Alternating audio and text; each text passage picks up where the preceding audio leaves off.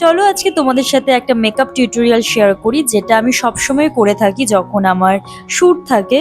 তোমরা দেখতেই পেলে আমি ফার্স্টে ময়শ্চারাইজার অ্যান্ড টোনার ইউজ করে তারপর সুইস বিউটির অল টাইম ফেভারিট এই স্ট্রো প্রাইমারটা ইউজ করলাম, যেটা আমার ভীষণই ফেভারিট। তারপর যেটা এখন সব থেকে বেশি ট্রেন্ডিংয়ে চলছে মার্সের এই প্রাইমারটা, সেটা ইউজ করলাম। এই প্রাইমারটা যেটা ক্লেম করে যে খুব স্টিক হয়ে যায় প্রোডাক্টসগুলো, বাট আমার সাথে কিন্তু এরকম কিছুই হলো না। আমি দুবার ট্রাই করলাম, তারপর আমি আর ছেড়ে দিলাম। তো আমার খুব একটা বেশি এই প্রোডাক্টটা পছন্দ হয়নি।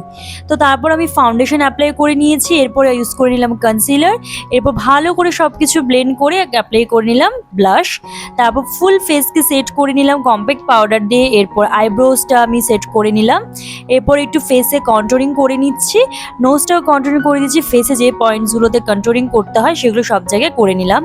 এবার করব আই মেকআপ। আই মেকআপটা আমি খুবই সিম্পলি রেখেছিলাম। একটা ট্রানজিশন কালার নিয়েছি ব্রাউন কালার, সেটা নিয়ে আমার লিডে পুরো অ্যাপ্লাই করে তারপর একটা ব্রাউন কালার নিয়ে আমার এজগুলোকে একটু শার্প করে নিলাম। এরপর ইউজ করে নিলাম আমি এখানে মাস্কারা, তারপর লিপ লাইনার দিয়ে ভালো করে লিপসটাকে ড্র করে এবারই আমার ফেভারিট লিপস্টিকটা লাগিয়ে নিলাম। হাইলাইটার অ্যাপ্লাই করেছি আমার ফেসে হাই পয়েন্টসগুলোতে, তারপর আমি ফুল ফেসকে সেট করে নিয়েছি মেকআপ ফিক্সার দিয়ে।